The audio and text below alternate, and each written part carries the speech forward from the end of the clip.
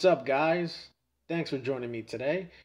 Today I am reviewing Blade Runner 2049, which stars Ryan Gosling, Harrison Ford, Jared Leto, and is directed by Denis Villeneuve. And to help me narrate some of the plot details of this movie is none other than Sir Sean Connery. Take it away, Sean. Through the dawn of time they came, moving silently through the centuries, waiting for the time of the gathering, where the few that remain will battle to. Sean? Sean, what are you doing? You're supposed to be reading plot details for Blade Runner 2049. This is Highlander. Where did you even get this footage? Oh, don't give me that latte. Oh, wait a minute. Calm down.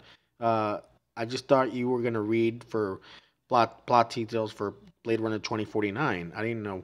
Oh, I'll play your game, you dirty rogue. Dirty rogue? What? I will not allow this wedding to proceed. What wedding? What are you talking? Oh, I see what you're doing. You're just reading old lines from your old movies, right? Okay. Well, listen, what I need you to do is just read the plot details for Blade Runner 2049. You know, starring Ryan Gosling and your old buddy Harrison Ford. No, Junior. Yeah, Junior. Yeah, he played your son in Indiana Jones and the Last Crusade. But you do realize he's not really your son, right? I'm the cook of the walk. Okay, all right. Well, this was a bad idea. All right, Sean. Don't even worry about it. I'll do it myself. All right. No problem. McLeod. No, it's Victor. In the end, there can be only one. Okay, thank you, Sean Connery, everybody. All right, let's get back on track here. Officer K, a new Blade Runner for the Los Angeles Police Department, unearths a long buried secret that has the potential to plunge what's left of society into chaos. His discovery leads him on a quest to find Rick Deckard, a former Blade Runner who has been missing for 30 years. All right, so Blade Runner 2049, the sequel to the masterpiece that is Blade Runner. Was it a good sequel? Was it the sequel that the fans deserved, the fans wanted? I mean, this movie was 35 years in the making for a lot of fans. I'm personally one of these fans that I didn't really need a Blade Runner sequel. I was perfectly happy with the first one. But I have to say, yeah, this was a great movie. I really enjoyed it.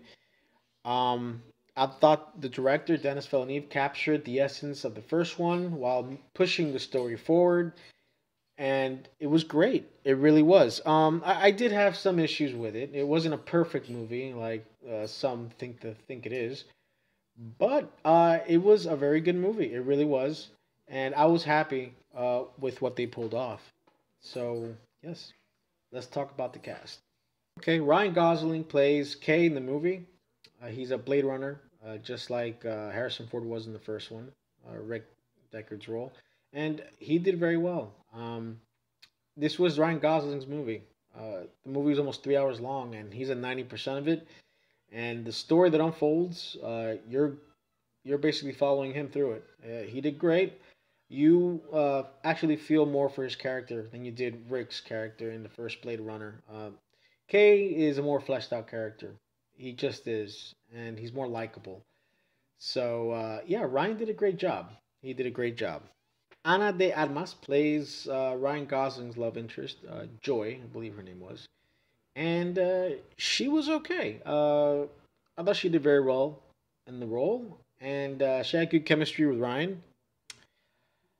But even though the love story was it was good, it didn't move me as much as I thought it did.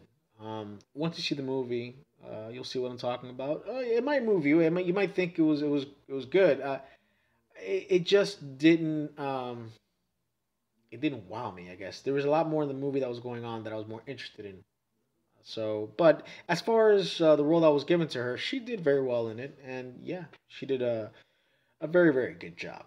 Sylvia Hooks plays Love in the movie. She was a replicant, and she was the main villain in the movie. Honestly, I know the trailers made it look like Jared Leto was the main, which he is, but she was the one you saw most of. She was great. She was very menacing. Um, there are a lot of cool scenes that were shot with her and Ryan, uh, and yeah, she was good. She was really really good. I've never seen her before, but yeah, she dominated every scene she was in. So thumbs up. Jared Leto plays Neander Wallace in the movie, and he's basically the creator now of the replicants. So the replicants that are in the society in 2049, for the most part, those are his creations. And I thought he actually did very well. He was very creepy, but you didn't see much of his character in the movie. He's talked about more than he's actually shown. And but when he's in it, yeah, he definitely is a good villain. He's very creepy. Um, I just expected more from his character, and it was a little bit of a letdown, to be honest. And Harrison Ford plays Rick in the movie, reprising his role from the original. This to me sucks because I was very much looking forward to seeing him in this movie, and he did fine.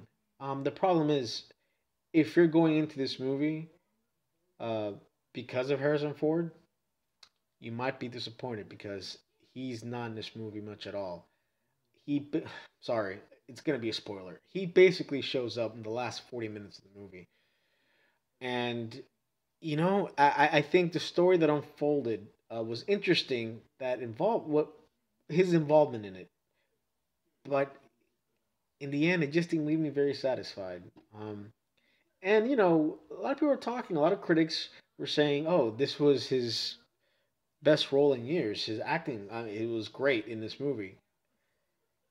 It was okay. It was fine. I didn't see anything that was breakthrough. Like, oh my god, this was the performance of a lifetime. No, it wasn't.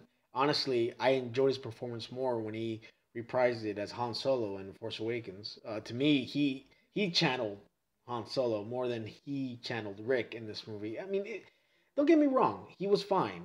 It's just I wanted more. If you're gonna bring his character back, I wanted something that was more impactful, and it just didn't leave me like, wow. It just didn't. So honestly, I think the real star in this movie were the special effects. Visually, this was stunning. I mean, probably the best visual looking movie I've seen in 10 years. This was breathtaking. It was breathtaking. The movie did drag on for about almost 3 hours. And there are points where you kind of felt it. There are points where you're like, oh, all right, this can move a little faster here. You know, I like the first one. The first one did have moments like that too, but this was obviously a longer movie, so you felt it more. But it distracted you because of the beautiful visuals in the movie. Um, it was amazing, and I don't even know why they're even gonna bother having a visual effects category in the Oscars this coming year because this is gonna win. So I wouldn't even bother nominating any other movie because it's a waste of time. This has to win for sure. So yeah, definitely gorgeous, beautiful movie. So yes, definitely check this movie out in the theater if IMAX is possible. It's a great movie. I did have my issues with it. Harrison Ford's part in the movie and the length time.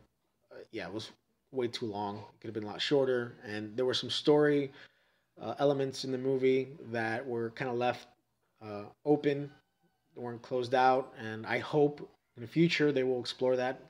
For me, I personally want that. But it's definitely a movie. That's just nitpicking. It's definitely a movie you should check out in the theater for sure. And that's pretty much it, guys. Special thanks to Sir Sean Connery for narrating. Well, pretty much wasting my time, but still, thank you. And if you like what you see here, please like, share, and subscribe. We'll be back.